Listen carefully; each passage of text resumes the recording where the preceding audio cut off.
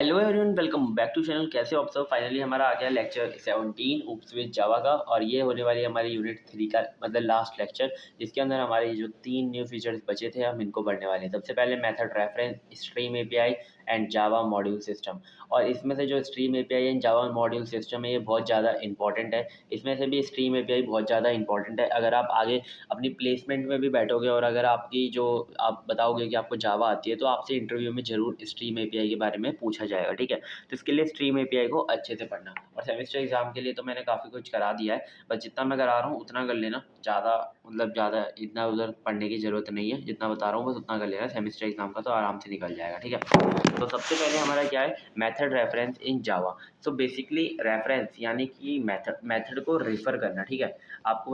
जब भी हम किसी के आगे रेफरेंस लगाते हैं यानी कि उसका रेफरेंस, तो यहाँ पर क्या है, हम मेथड को क्या करेंगे, रेफ़र करेंगे। कैसे रेफ़र करेंगे? एक शॉर्ट हैंड सिंटैक्स के साथ, ठीक है। तो हमारा जो बॉयलर प्लेट कोड है या फिर हमारा जो नंबर ऑफ लाइन्स है कोड की, वो रिड्यूस होने वाली है नए फीचर से। बेसिकली जितने भी आपने अब तक नए फीचर्स पढ़े ना, आपने कहीं न कहीं देखा होगा कि हम नंबर ऑफ लाइन्स कोड की हैं वो कम करते जा रहे हैं, ठीक है। तो इसीलिए जो नए फीचर हैं वो ऐड होते हैं। तो सबसे पहले हमारा method reference in Java are shorthand syntax for calling a method by referring to it with the help of its class directly। आप डायरेक्टली उसकी क्लास को रिफ़र करके उसे क्या कर सकते हो, मेथड को कॉल कर सकते हो, ठीक है।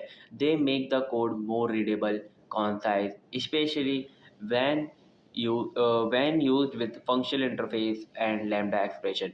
जब आप फंक्शनल इंटरफेस और लैम्डा एक्सप्रेशन के साथ अगर इसे यूज़ करोगे तो ये बहुत ज़्यादा स्पेशली उन्हीं के लिए बना हुआ है, ठीक है। क्योंकि लैम्डा फंक्शन हमें अलग से पूरा लिखना पड़ता था, तो हम लैम्डा फंक्शन को अब नहीं लिखकर उसकी जगह भी, देखो पहले तो लैम्डा फंक्शन को बताया गया था न्यू फीचर एकदम, अब लैम्डा फंक्शन को भी बड़ा लगने लग गया, उससे भी छोटा कोड लिख सकते हो आप। किसका मतलब यूज़ करके, मेथड रेफरेंस का यूज़ करके, ठीक है। अभी हम देखेंगे एग्जाम्पल तो अच्छे से आपको समझ में आएगा, ठीक है। व्हाट इज मेथड रेफरेंस, जो हमने पढ़ा था वही मैंने यहाँ पर अच्छे से डेफिनेशन में लिखा हुआ है।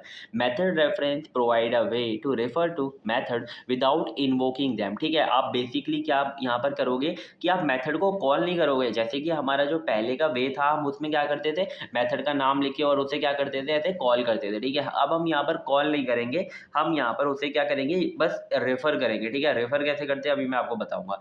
दे can be use to point to a method by name instant of calling it directly, ठीक है। बेनिफिट्स क्या है, इंप्रूव करता है कोड की रीडेबिलिटी को और रिड्यूस करता है बॉयलर प्लेट कोड को। ये तो सबके अंदर, आप बेसिकली जितने भी न्यू फीचर्स हैं ना, आप उन सब के अंदर ये जो है improve code readability and reduce boiler plate code, ये लिखकर आ सकते हो, ठीक है। जितने मैंने अभी तक न्यू फीचर्स पढ़ाए उन सब में था, ठीक है। तो चलो इसके एग्जांपल्स भी देखेंगे। तो सबसे पहले हम इसके टाइप्स देखते हैं। तो हमारे बेसिकली 3 टाइप होते हैं मेथड रेफरेंस के, है ना। सबसे पहला है स्टैटिक मेथड रेफरेंस। जहाँ पर भी आप अगर स्टैटिक मेथड को रेफर करोगे तो वहाँ पर कौन सा आ जाएगा, स्टैटिक मेथड रेफरेंस। तो वहाँ पर हम कैसे रेफर करते हैं, क्लास का नाम लिखते हैं, डबल कोलन लगाते हैं और हमारा जो स्टैटिक मेथड का नेम है जिसे हम रेफर करना चाहते हैं उसका नाम लिख लेते हैं, ठीक है। लेकिन अगर आपका जो मेथड है वो स्टैटिक नहीं है तो आप क्या करते हो, उसका एक इंस्टेंस बनाते हो यानी कि ऑब्जेक्ट बनाते हो। उस ऑब्जेक्ट का नाम लिखते हो, डबल कोलन लगाते हो और उस ऑब्जेक्ट के जो मेथड है उसका नाम लिख देते हो, तो वो रेफर हो जाता है, ठीक है। फिर आता है हमारा कंस्ट्रक्टर रेफरेंस। ये बेसिकली आपका जो कंस्ट्रक्टर रेफरेंस है ना, वो मतलब उसमें ना एक कंडीशन होती है कि फंक्शनल इंटरफेस होना चाहिए, ठीक है। अगर आपका फंक्शनल इंटरफेस है, फिर आपने उससे कोई क्लास बना रखी है, तो आप उस क्लास का नाम लिखो और जो आपका न्यू कीवर्ड है, न्यू कीवर्ड किसके लिए होता है, आपके कंस्ट्रक्टर के लिए होता है, ठीक है। तो आप कंस्ट्रक्टर के लिए आप न्यू कीवर्ड लगाओ और आपका अपने आप जो कंस्ट्रक्टर है उसका रेफरेंस मिल जाएगा, ठीक है। जो भी जहाँ पर भी आप उसे यूज़ करोगे, ठीक है। तो देखो यहाँ पर मैंने एग्जाम्पल लिख रखा है, सारे सबका ही लिखूंगा, सबका ही बताऊंगा आपको। सबसे पहले हमारे पास देखो ये वाली क्लास है नेम पब्लिक क्लास, ठीक है। यहाँ तक जो पूरी क्लास है उसके अंदर एक हमारा मेथड है, स्टैटिक मेथड है, ठीक है। स्टैटिक कीवर्ड लिखा हुआ, उसके मेथड का नाम है एग्जाम्पल, ठीक है। अब देखो इस एग्जाम्पल को हमें यूज़ करना है कहाँ पर, इस वाली लिस्ट के ऊपर हमें यूज़ करना है कि ये वाली लिस्ट के ऊपर एग्जाम्पल हमारा क्या हो जाए, यूज़ हो जाए। तो बेसिकली एग्जाम्पल में क्या होता है, देखो इस एग्जाम्पल में एक हमारी स्ट्रिंग जाती है और वो जो स्ट्रिंग है हमारी प्रिंट हो जाती है, ठीक है। तो हमने देखो इस लिस्ट के ऊपर कैसे लगाया, कैसे लगाते हुए आपको बताता हूँ। डेमो लिखा डॉट लगाया, फॉर ईच लिखा। अब देखो फॉर ईच लूप तो हम लिखते ही थे, हमने जब पहले अभी फॉर ईच मेथड पढ़ा था तो उसमें हम क्या करते थे, ऐसे ही फॉर ईच लूप लगाते थे और उसके अंदर क्या करते थे, हम एक लैम्डा फंक्शन लिख देते थे, ठीक है। तो अब हम लैम्डा फंक्शन की लिखने की बजाय हम अपना डायरेक्ट क्लास का नाम लिखो और जो भी ऐसा मेथड है उसको लिख दो बीच में डबल कोलन लगा के, तो ये कॉल हो जाएगा और सारे ये जो नेम्स है एप्पल, बनाना, चेरी, डेट, ये सारे क्या हो जाएंगे, प्रिंट हो जाएंगे, ठीक है। बहुत ईजी सा इसका सिंटैक्स है जिसे आप आराम से याद कर सकते हो। तो नेक्स्ट क्या है, अगर आपका जो मेथड है वो स्टैटिक नहीं है तो आप क्या करोगे, स्टैटिक मेथड नहीं है तो एक उसका ऑब्जेक्ट बनाओगे और उस ऑब्जेक्ट से जो मेथड है उसे रेफर करोगे, ठीक है। अब आता है हमारा कंस्ट्रक्टर, ये भी ज़्यादा हार्ड नहीं है, बहुत ईजी है। इसमें आप क्या करते हो, एक आपके पास ये पहले इसकी डेफिनेशन पढ़ते हैं जिससे आपको और अच्छे समझ में आए। You can refer a constructor by using a new keyword, ठीक है। आप न्यू कीवर्ड का यूज़ करके कंस्ट्रक्टर को रेफर करते थे पहले भी, लेकिन यहाँ पर क्या होगा, मेथड रेफरेंस का यूज़ हो जाएगा, ठीक है। Here we are referring constructor with the help of functional interface, ठीक है। यहाँ पर देखो ये हमारा क्या है, एक इंटरफेस है और बेसिकली इसके अंदर एक ही एब्स्ट्रैक्ट मेथड है, तो आप इसे क्या बोल सकते हो, आप इसे फंक्शनल इंटरफेस बोल सकते हो, ठीक है। ये हमारा क्या है, फंक्शनल इंटरफेस है। यहाँ पर एक हमारी क्या है, क्लास है, ठीक है। अब हम क्या करेंगे, फंक्शनल इंटरफेस का यूज़ करके हमारा जो न्यू कीवर्ड है यानी कि कंस्ट्रक्टर है उसे रेफर करेंगे, ठीक है। हमने ये जो पब्लिक क्लास थी उसके अंदर हमने क्या लिखा, मैसेजेबल, जो हमारा फंक्शनल इंटरफेस का नाम है, ठीक है। फिर हमने लिखा हेलो, यानी कि जो हमने अपने ऑब्जेक्ट का नाम बनाया है, ठीक है। और हमने लिखा मैसेज और क्या डबल कोलन लगा के न्यू कीवर्ड लिख दिया, ये वाली क्लास को हमने रेफर कर दिया, ठीक है। इसके अंदर जो मतलब इसके अंदर सॉरी मेथड जो था हमने उसे रेफर कर दिया, ठीक है। तो इससे क्या हो गया, हमने न्यू कीवर्ड को क्या कर दिया, रेफर कर दिया, ठीक है।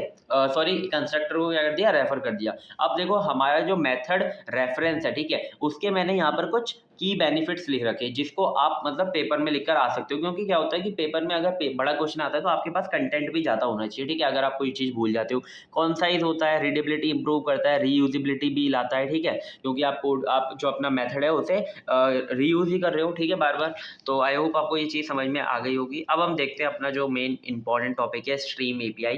बेसिकली स्ट्रीम एपीआई हमारी जावा 8 में आई थी और काफ़ी पॉपुलर टॉपिक है, मेरे को पक्का पता है ये आने वाला है, ठीक है। Provides a powerful and efficient way to process sequence of element, ठीक है। स्ट्रीम हमने पहले ही पढ़ा था हमारे यूनिट 2 के अंदर कि स्ट्रीम का मतलब होता है सीक्वेंस ऑफ एलिमेंट्स, ठीक है। तो ये क्या है, हमारा एक पावरफुल और एफिशिएंट वे है कि आप क्या कर सकते हो, अपने सीक्वेंस ऑफ एलिमेंट को प्रोसेस कर सकते हो, ठीक है। बेसिकली हमारा है ना स्ट्रीम एपीआई यूज होता है कि अगर आपके पास, आपकी देखो जावा क्या है, ऑब्जेक्ट ओरिएंटेड प्रोग्रामिंग है, ठीक है। और हमारी जो फंक्शनल प्रोग्रामिंग होती है उसके फीचर को अगर हमें जावा के अंदर यूज़ करना है तो हम अपने जो भी एलिमेंट्स हैं उन्हें अगर हम स्ट्रीम में कन्वर्ट कर देते हैं और फिर हम स्ट्रीम में कन्वर्ट कर देते थे तो हम उसके ऊपर फंक्शनल प्रोग्रामिंग के जो भी मेथड्स हैं या फिर जो भी यूज़ हैं उन सबको क्या कर सकते हैं, परफॉर्म कर सकते हैं, ठीक है। तो it allows for a functional style operations, मतलब कि फंक्शनल स्टाइल ऑपरेशन को क्या कर सकते हैं, अलाउ करता है और यूज़ कर सकते हैं हम on streams of element such as filtering, mapping and reducing. Basically क्या कर रहे हो, आप प्ले कर रहे हो अपने जो भी एलिमेंट्स हैं उनके साथ, तो बेसिकली आप उसके साथ फिल्टरिंग कर सकते हो, मैपिंग कर सकते हो, रिड्यूसिंग कर सकते हो, ठीक है। ये सारी चीज़ें आप लगा सकते हो और भी मेथड्स हैं जो मैं अभी आपको आगे बताऊंगा तो आपको अच्छे से क्लियर हो जाने वाला है सबको, ठीक है। It is design to work with a large collection of data efficiently. Basically क्या होता है कि जब आप कोई भी अपने कलेक्शन को क्या करते हो, स्ट्रीम के अंदर कन्वर्ट कर देते हो, तो वो जो हमारा कलेक्शन है वो हमारा अलग अलग छोटे छोटे पार्ट्स में डिवाइड हो जाता है, यानी कि चंक्स में डिवाइड हो जाता है और उन पर एक साथ काम हो रहा होता है। जैसे कि हमने मल्टी थ्रेडिंग के अंदर पढ़ा था, बिल्कुल वैसे ही पैरेललिज्म में काम हो रहा होता है, ठीक है। तो क्या होता है, आपका टाइम बचता है और लार्ज सेट पे डेटा जो है, लार्ज सेट का जो डेटा होता है वो इफिशिएंटली प्रोसेस हो पाता है, ठीक है, स्ट्रीम किसके अंदर, इसीलिए ज़्यादा ये यूजफुल है। अब हमारा वाई स्ट्रीम, आप स्ट्रीम का ही क्यों यूज़ करोगे, बिना स्ट्रीम का भी काम चल रहा था। ये कॉन्साइज होता है, रीडेबिलिटी को इंप्रूव करता है, परफॉर्मेंस को एनहेंस करता है, ठीक है। ये देखो मतलब कि समझ गए ना, ये चीज़ देख रहे हो, ये चीज़ हर में ही आ रही है। इसके अंदर भी हमने जो की बेनिफिट्स पढ़े थे इसके अंदर देखो कॉन्साइज भी था, रीडेबिलिटी भी था, बस रीयूजेबिलिटी आ गया था, ठीक है। तो आप मतलब एक ही चीज़ को बार बार चिपका सकते हो हर जगह, ठीक है, इतना याद रखना। और अब देखो यहाँ पर ना मैंने एक छोटा सा एग्जाम्पल दिया है, वाई स्ट्रीम में ही आ जाता है ये, कि हमारा जो ट्रेडिशनल वे था पहले वो ऐसा था। ट्रेडिशनल मतलब इतना कोई पुराने ज़माने का नहीं, मतलब कि अगर आप स्ट्रीम को यूज़ नहीं करते तो आप ऐसे करते थे, आपके पास एक लिस्ट है, ठीक है। अभी आपने कोई स्ट्रिंग का यूज़ नहीं किया है, आपको यह करना है, लिस्ट को प्रिंट कराना है, ठीक है। तो आप यहाँ पे क्या लगते थे, फॉर लूप लगाते थे, आपने ये इटरेटर बनाया और इटरेटर सब पे जाएगा और इटरेट करके क्या करेगा, उसे प्रिंट कराएगा। तो ये एप्पल, बनाना, चेरी प्रिंट हो जाएंगे, ठीक है। लेकिन अब स्ट्रीम में आ गया है तो क्या होगा कि कौन साइज हो जाएगा थोड़ा सा कोड, ये आपका लिस्ट तो वैसा का वैसे लिखा हुआ है, बस आपने क्या किया, यहाँ पे लिस्ट को कन्वर्ट कर दिया स्ट्रीम के अंदर। ये देखो आपने कर दिया स्ट्रीम के अंदर, और अब आप इसके ऊपर फॉर ईच लूप लगा सकते हो, ठीक है। आपने फॉर ईच लूप लगाया और यहाँ पे सिस्टम आउट लिखा और डबल कोलन लगाया और प्रिंट लेन लिख दिया, ठीक है। बेसिकली ये क्या होगा, ये भी वही काम करेगा जो ऊपर वाला कोड कर रहा है 3 लाइन में, और यहाँ पर ये 2 लाइन में हो जाएगा, ठीक है, स्ट्रीम्स में। तो आई होप थोड़ा सा समझ में आया होगा। इतना नहीं समझ में आया तो अभी हम देखते हैं कैसे कन्वर्ट करते हैं किसी भी हम कलेक्शन को स्ट्रीम के अंदर। तो देखते हैं। अभी बस मैं आपको ये बता रहा था कि हाँ, थोड़ा सा कोड थोड़ा छोटा हो जाता है, ठीक है। How to create stream. अब आप स्ट्रीम को बनाते कैसे हो, बेसिकली अपने कलेक्शन को स्ट्रीम के अंदर कन्वर्ट कैसे करते हो, और अगर आपको अलग से भी बनानी है स्ट्रीम तो कैसे बनाते हो। सबसे पहले तो सीधी साफ की बात है कि आपको ये स्ट्रीम क्लास है, इसे इंपोर्ट करा लेना है, ठीक है। अगर आप एरे यूज़ कर रहे हो, एरे को कराओ, लिस्ट यूज़ कर रहे हो, लिस्ट को कराओ, तो वो तो करानी पड़ती है, वो तो आपको पता ही है। लेकिन आप स्ट्रीम का यूज़ करने के लिए पहले आपको ये इंपोर्ट कराना पड़ता है, ठीक है। आपने करा लिया। अब आपकी जो पब्लिक क्लास है उसके अंदर एक आपने लिस्ट बना रखी है। अब इस लिस्ट को हमें कन्वर्ट करना है स्ट्रीम के अंदर। आपको यहाँ पे स्ट्रीम लिखना है, यहाँ पे जो भी आपका डेटा टाइप है, जो भी जिस टाइप की भी आपकी लिस्ट है, जैसे कि स्ट्रिंग टाइप की है तो आपने स्ट्रिंग लिखी। यहाँ पर आपको जो भी नाम देना है उसे आपने नाम दिया, और यहाँ पे जो भी आपका लिस्ट का नाम है वो आपने लिखा, डॉट करके स्ट्रीम लिख दिया, ठीक है। तो ऐसे आपकी कन्वर्ट हो जाएगी, ठीक है। और VS कोड में तो इसके वो भी होते हैं शॉर्टकट्स भी। मैं अब VS कोड में नहीं करा रहा हूँ क्योंकि थोड़ा टाइम ज़्यादा लग जा रहा है यार, उस पर बड़े बड़े लेक्चर हो जाते हैं, इसके लिए नहीं करा रहा हूँ, ठीक है। और देखो इसे ना VS कोड में क्या कर सकते हो, आइटम्स डॉट स्ट्रीम, अगर आप ब्रैकेट लगा दोगे ना और फिर ऑल्ट प्लस कंट्रोल दबा दोगे, ठीक है, तो आपका वो वहाँ पे ऑप्शन भी आ जाएगा कि आप उसे चेंज कर पाओ, ठीक है। अब आता है आप एरे को कैसे स्ट्रीम के अंदर कन्वर्ट करोगे। तो आपके पास यहाँ पर एक एरे सिंपल सी। अब आप इसे कैसे कर सकते हो, बेसिकली वही वाली चीज़ आपको लिखनी है, उसका नाम देना है, और आपको यहाँ पे लिखना है एरेज डॉट स्ट्रीम, और जो भी आपके एरे का नाम है वो लिख देना है, ठीक है। तो क्या हो जाएगा कि आपका जो ये एरे है कन्वर्ट हो जाएगा इसके अंदर, ठीक है। तो आप लिस्ट 3 का यूज़ करके उसके ऊपर जितने भी आपके स्ट्रीम के ऑपरेशंस होते हैं वो आप लगा सकते हो। अभी हम आगे ऑपरेशन भी देखेंगे, ठीक है। अब आपके पास कोई कलेक्शन वलेक्शन नहीं है, आपको अपनी लिस्ट बनानी है, ठीक है। आपको अलग से अपनी स्ट्रीम बनानी है, ठीक है। आपको कोई आपके पास कलेक्शन नहीं है, तो आप क्या करो, आपको यहाँ पर स्ट्रीम लिखना है, और यहाँ पर जो भी टाइप का बनाना चाहते हो स्ट्रीम आपको वो लिखना है। जैसे कि आप इंटीजर बनाना चाहते हो तो मैंने यहाँ पे इंटीजर लिख रखा है। अगर आपको लिस्ट बनानी, अगर आपको स्ट्रिंग का बनाना है, सॉरी डेटा टाइप का स्ट्रिंग का बनाना है, कोई और बनाना है, तो आप वहाँ पे लिख सकते हो, ठीक है। आपने यहाँ पर नाम देना है, ठीक है। फिर आपने स्ट्रीम लिखना है, डॉट लिखना है, और ऑफ लिखना है। बेसिकली ऑफ यानी कि स्ट्रीम ऑफ, किसकी स्ट्रीम होनी चाहिए, ये 1 2 3 4 5 1 2 3 4 की ये वैल्यूज तो अपने आप ही आ जाता है, ये आपको देनी है 1 2 3 4, ठीक है। जिससे कि क्या होगा, ये स्ट्रीम इंटीजर टाइप की एक स्ट्रीम बन जाएगी, ठीक है। इतना आगे समझ में। नेक्स्ट देखते हैं स्ट्रीम के ऑपरेशन। थोड़ा सा ये बड़ा है ना, क्योंकि मैंने भी सच में 3 ऑपरेशन ही कराए हैं, वरना तो बहुत सारे ऑपरेशन है इसके। मैं आपको बता दूंगा कहाँ से पढ़ने, तो आप पढ़ लेना उन्हें, एक बार रीड कर लेना। देखो इतना ज़्यादा सेमेस्टर एग्जाम के आपको क्या बोलेगा कि स्ट्रीम ऑपरेशन बताओ, या फिर डायरेक्टली बोलेगा what do you mean by stream, 7 number में आ जाएगा। तो आप सबको सब कुछ लिख कर आना है। पहले स्ट्रीम क्या होता है, कैसे स्ट्रीम को क्रिएट करते हैं, वो एडवांटेजेस क्या होते हैं स्ट्रीम के ऑपरेशंस कौन के होते हैं। तो बेसिकली स्ट्रीम के 2 ऑपरेशन होते हैं, intermediate operation and terminal operation, ठीक है। 2 टाइप्स में डिवाइडेड है stream operation in Java, divided into 2 categories, intermediate operation and terminal operation. Intermediate operation क्या होते हैं कि ये रिटर्न करते हैं स्ट्रीम को, ठीक है, और अनेबल करते हैं किसे, मेथड चेनिंग को, ठीक है। और टर्मिनल ऑपरेशन क्या होते हैं, ये प्रोड्यूस करते हैं रिजल्ट, वो है ना, और क्लोज कर देते हैं फिर स्ट्रीम को, ठीक है। स्ट्रीम का यूज़ करने के बाद एक रिजल्ट को प्रोड्यूस कर देते हैं और उसे क्लोज कर देते हैं, बस इतना याद रखो। अब इसके अंदर इंपॉर्टेंट क्या है कि आपके ऑपरेशन कौन कौन से होते हैं, ठीक है। अब आपके अंदर इंपॉर्टेंट जो ऑपरेशन है इंटरमीडिएट, वो 3 है, फिल्टर, मैप और शॉर्टेड। और टर्मिनल के अंदर 3 इंपॉर्टेंट है, for each, collect and reduce, ठीक है। फॉर ईच तो मैंने आपको ऊपर ही बता दिया है, पर ये सारे करके बता देता हूँ। तो देखो इंटरमीडिएट क्या है, इंटरमीडिएट में क्या होता है कि आपका जो फिल्टर है ऑपरेशन होता है, और पहला जो हमारा ऑपरेशन कौन सा फिल्टर है, उसके अंदर उसकी डेफिनेशन क्या है कि सिलेक्ट करता है एलिमेंट्स को बेस्ड ऑन प्रेडिकेट। प्रेडिकेट कुछ नहीं है, प्रेडिकेट एक कंडीशन समझ लो आप कंडीशन आपने यहाँ पे जो भी पास करोगे उसे प्रेडिकेट कहते हैं, है ना, फिल्टर के ब्रैकेट्स के अंदर। तो यहाँ पे जो भी आप पास करोगे उसे प्रेडिकेट कहते हैं, और उसके बेस पर क्या करेगा, ये सिलेक्ट करेगा एलिमेंट को। तो देखो यहाँ पर हमारे पास एक लिस्ट है, बहुत जल्दी बताने वाला हूँ, जल्दी से यहाँ पे ध्यान रखो, समझो। एक लिस्ट है हमारे पास, यहाँ पर हमने क्या किया, इसे पहले एक स्ट्रीम के अंदर कन्वर्ट कर लिया है आइटम्स डॉट स्ट्रीम लिखकर। फिर हमने क्या किया, उसके ऊपर डॉट लगाया, फिल्टर लिखा, ऑपरेशन ईएस के अंदर जो हम पास करते हैं। यहाँ पे देखो आपने क्या लिखा है कि आपका जो एस है ना वो वही होगा जो स्टार्ट होगा किससे, ये जो ए है उससे स्टार्ट होगा, ठीक है। तो ये क्या करेगा, उसे सिलेक्ट करेगा और उसके बाद आपने कलेक्ट लगा दिया, ये भी एक ऑपरेशन है, टर्मिनल ऑपरेशन है, अभी हम आगे पढ़ेंगे। ये उसे कलेक्ट करके लिस्ट के अंदर बना देगा और वो जो लिस्ट है आपके रिजल्ट में मिल जाएगी, ठीक है, यहाँ पर रिजल्ट में स्टोर हो जाएगी, ठीक है। कलेक्ट का हम उसके लिए यूज करते हैं। तो यहाँ पर कौन सा आएगा, इसमें से कौन सा ए से स्टार्ट हो रहा है, एप्पल स्टार्ट हो रहा है, तो यहाँ पर आउटपुट में क्या आ जाएगा, एप्पल आ जाएगा। अब मैप ऑपरेशन क्या करता है, मैप करता है, बेसिकली मैप करता है, ठीक है, किसी भी एलिमेंट को किसी और एलिमेंट से क्या करता है, मैप करता है, ठीक है। Transform each element using function, ठीक है, आप हर एक एलिमेंट को क्या कर सकते हो, ट्रांसफॉर्म कर सकते हो, किसी एक एलिमेंट को अलग अलग मतलब मैप करा सकते हो, ठीक है। तो देखो यहाँ पर आपने एक लिस्ट थी आपके पास एप्पल बनाना चेरी की, और आपने यहाँ पर एक स्ट्रीम लिखी और इसके अंदर आपने एक मैप लगाया और यहाँ पर क्या लगा दिया आपने, string colon colon to upper case, जितने भी आपकी स्ट्रिंग है इसके अंदर उसे क्या कर दो, अपर केस के अंदर कन्वर्ट कर दो, ठीक है। तो यहाँ पर क्या होगा कि आपने कलेक्ट भी लगा दिया, क्योंकि ये कलेक्ट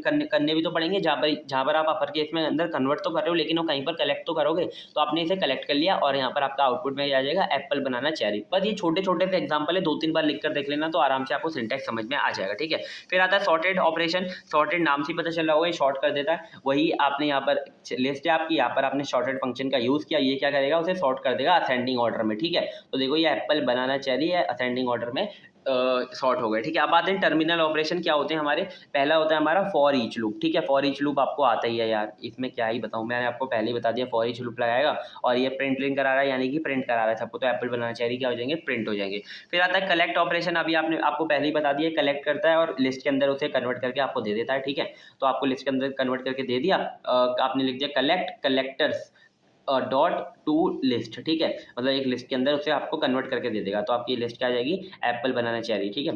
फिर आता है आपका रिड्यूस ऑपरेशन, रिड्यूस ऑपरेशन बिल्कुल उसी की तरह है, क्या बोलते हैं, कलेक्ट की तरह है, लेकिन इसके अंदर क्या होता है कि ये क्या करता है कि आप कोई भी इसके अंदर कंडीशन लगा सकते हो, ठीक है। आपने जैसे यहाँ पे कंडीशन लगा रखी है इंटीजर कोलन कोलन सम, आपका जो सम है ना वो मतलब इसके अंदर बहुत सारे होते हैं, मैक्सिमम होता है, मिनिमम होता है, सम होता है, ठीक है।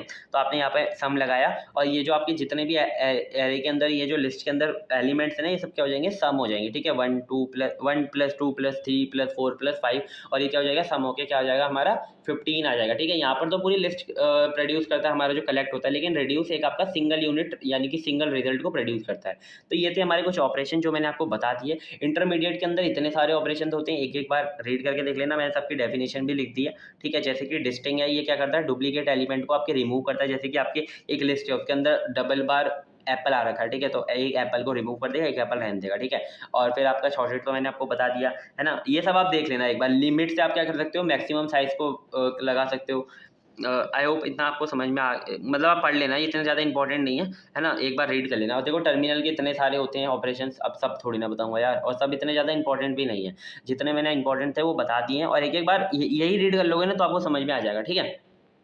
क्योंकि यार बहुत ज़्यादा ही बड़ा सिलेबस दे दिया, सब ज़्यादा पढ़ाने जाओ तो मेरा कुछ सिलेबस रह जाएगा, ठीक है।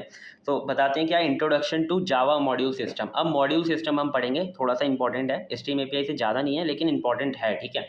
अब जावा मॉड्यूल सिस्टम क्या होता है, अब जब आप कोई एप्लीकेशन बनाते हो ना, तो पहले क्या होता था, एप्लीकेशन आपने बनाई, आपके पास बहुत सारी फाइल्स होती थी, ठीक है। उसके अंदर जेडी आपकी एक फाइल होती है, एक जार फाइल होती है, उसके अंदर क्या होता है कि आपका बहुत सारा डेटा आ जाता था और वो बहुत बड़ी साइज़ की हो जाती थी, ठीक है।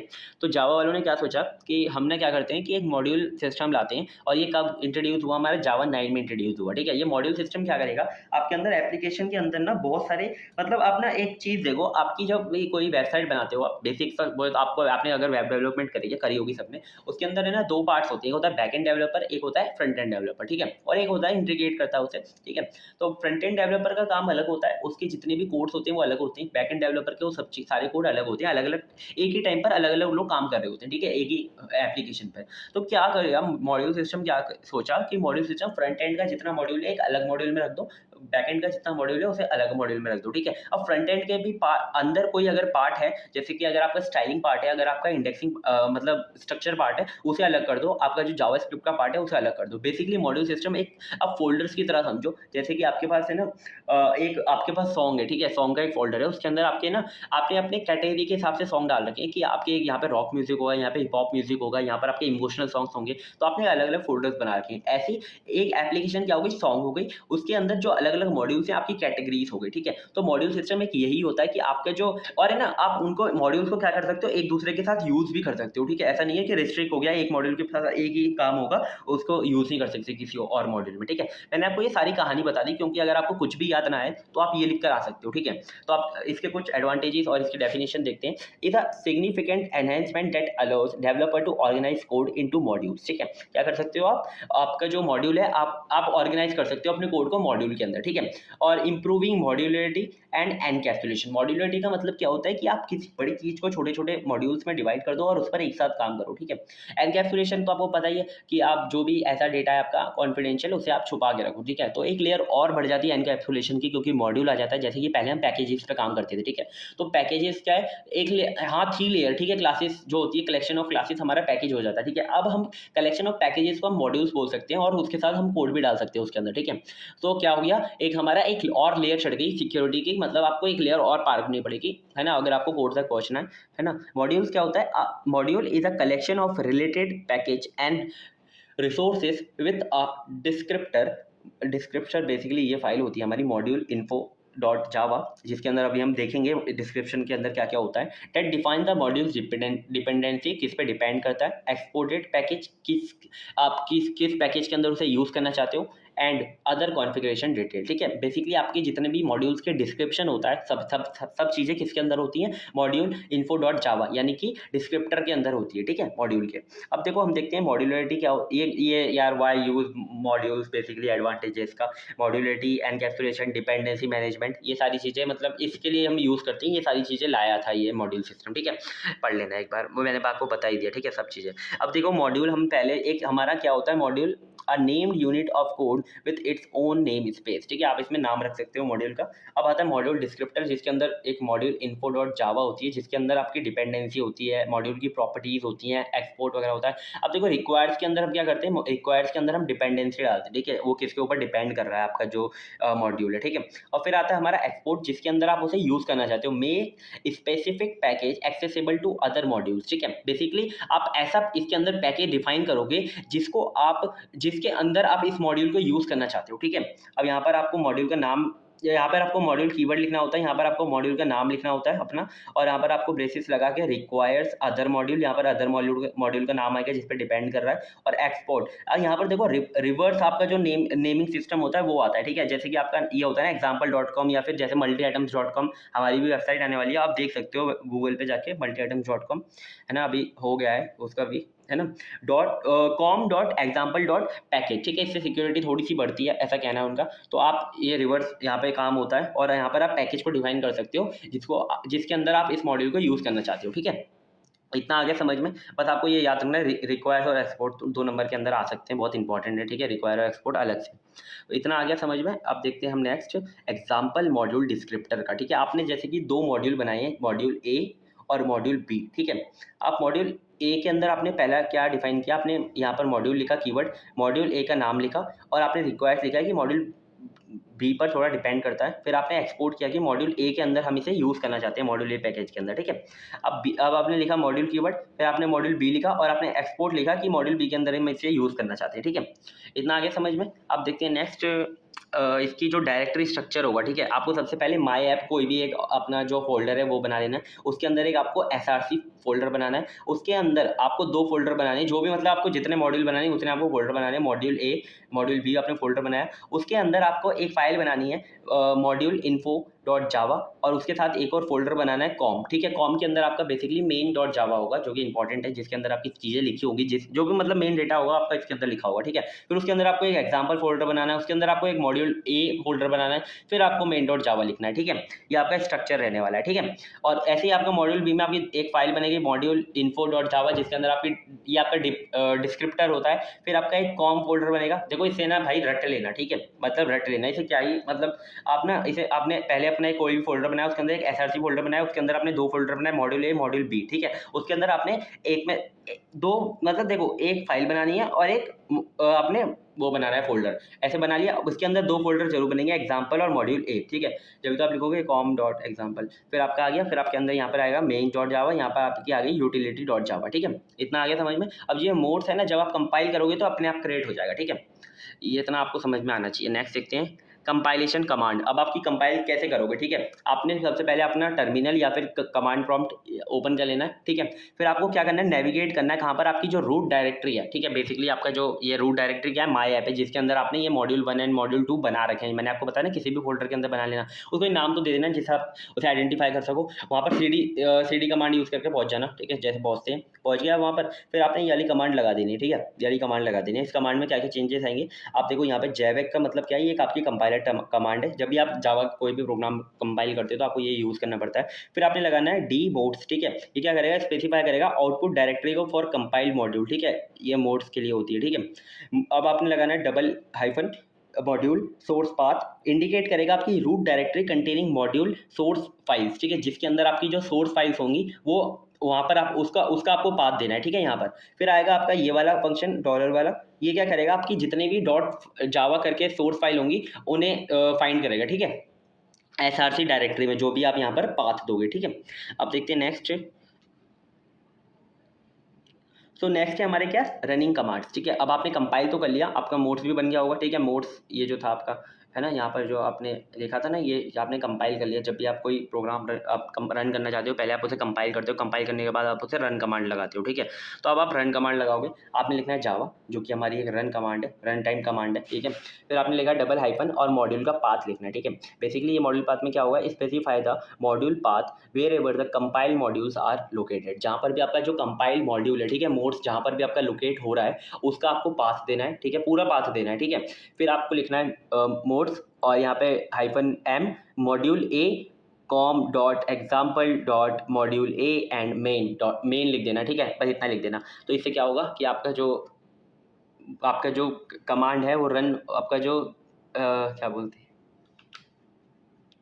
तो इससे क्या होगा कि आपका जो भी प्रोग्राम है वो रन हो जाएगा, ठीक है। तो आपको सबसे पहले इस मॉड्यूल आपका जो मॉड्यूल सिस्टम है, इसके अंदर क्या क्या चीज़ें याद रखनी है मैं आपको बता देता हूँ एक बार। आपको सबसे पहले ये जो मैंने आपको ये चीज़ बताई है, फिर कोई भी कहानी बताई, मतलब ये समझ लो आपका जो कलेक्शन ऑफ पैकेज होता है वो आपका होता है मॉड्यूल। आपको ये याद रखना है, आपको ये एडवांटेजेस या फिर वाई टू यूज़ मॉड्यूल्स ये याद रखना है। उसके बाद आपको ये जो इसका डिस्क्रिप्टर है ना, ये चीज़ याद रखनी है। आप ऐसे भी बना के आ सकते हो, ऐसे डिस्क्रिप्टर लिखो, उसके अंदर आपको 2 पार्ट कर देने हैं, रिक्वायर्स एंड एक्सपोर्ट, आप उसे समझा के आ सकते हो, ठीक है। फिर आपको क्या करना है, फिर आपको यहाँ पर एक एग्जाम्पल देकर आना है। अपने हिसाब से कोई भी एग्जाम्पल दे सकते हो, कोई दिक्कत नहीं है, कितने भी मॉड्यूल बना सकते हो अपने। यहाँ पर हमने 2 मॉड्यूल बनाए, 2 मॉड्यूल सफिशिएंट है, ठीक है। अब देखो ये डायरेक्टरी है ना यार, इसमें थोड़ी दिक्कत होती है, अगर आपको याद नहीं हो रही तो एक बार प्लीज़ 2 बार लिख कर देख लेना, ठीक है, तो आपको याद हो जाएगी, ठीक है। अब आपने ये लिख ली। अब कंपाइलेशन कमांड और रन टाइम कमांड अगर आपसे पूछता है तो आप बता सकते हो, ठीक है। वरना आप है ना कंपाइलेशन कमांड में ये कमांड बस याद रख लेना और सब चीज़ें आपको याद आ जाएगी अपने आप। जैसे कि जैविक आपका कंपाइलर कमांड होता है ना, मोड्स अपने आप फाइल बनती है, और ये सब चीज़ें मतलब अब बस आप ये को ये कमांड याद रखनी है, पूरा इतना सब याद रखने की ज़रूरत नहीं है, ठीक है। सो आई होप ये सारी चीज़ें आपको समझ में आई होगी। इस टॉपिक के साथ हमारा जो यूनिट 3 खत्म होता है। मैंने यहाँ पर भी यार एडवांटेजेस लिख रखे हैं, क्योंकि मुझे लगता है कि अगर आपके पास डेटा होगा तो आप लिख कर आ सकते हो। तो देखो यहाँ पर क्या करता है, ये जावा मॉड्यूल आपकी ऑर्गेनाइजेशन और मैनेजेबिलिटी को क्या करता है, एनहेंस करता है और एनकरेज करता है लोगों को कि मॉड्यूलर डिज़ाइन बनाए वो, और एक्सप्लिसिटली डिपेंडेंसी मैनेजमेंट को भी लाएँ, ठीक है। और essential for modern Java development and specially for large और कॉम्प्लेक्स प्रोजेक्ट, ठीक है। अब आपके बहुत बड़े प्रोजेक्ट हैं तो उसमें बहुत अलग अलग मॉड्यूल्स का यूज़ होता है, क्योंकि अगर आप यार एक ही मॉड्यूल बनाओगे और उसके अंदर ही सब कुछ कर रहे होगे तो आपको चेंजेस करने में बहुत दिक्कत आएगी। अगर कोई दिक्कत हो जाती है, सब पे अंदर ही दिक्कत हो जाएगी, ठीक है। तो अगर आपको कोई चेंजेस करने तो आप अलग से एक मॉड्यूल बना लोगे, उसके अंदर चेंजेस कर लोगे, ठीक है। So thank you so much अगर आपने यहाँ तक वीडियो को देखा है, और मिलते हैं किसी नेक्स्ट वीडियो में। तब तक के लिए बाय बाय। और अगर आपको किसी नोट्स को परचेज़ करना है तो आप प्लीज़ टेलीग्राम चैनल को ज्वाइन करो, वहाँ से आप कर सकते हो। और अगर आपको लगता है कि कोई हमें नया सब्जेक्ट पढ़ाना चाहिए तो बताना, और जितने सब्जेक्ट पढ़ रहे हैं डिस्क्रिप्शन में आपको लिंक मिल जाएगी, आप वहाँ से चेक कर सकते हो, ठीक है। तो थैंक यू सो मच, मिलते हैं किसी नेक्स्ट वीडियो में। तब तक के लिए bye bye and all the best for your exams.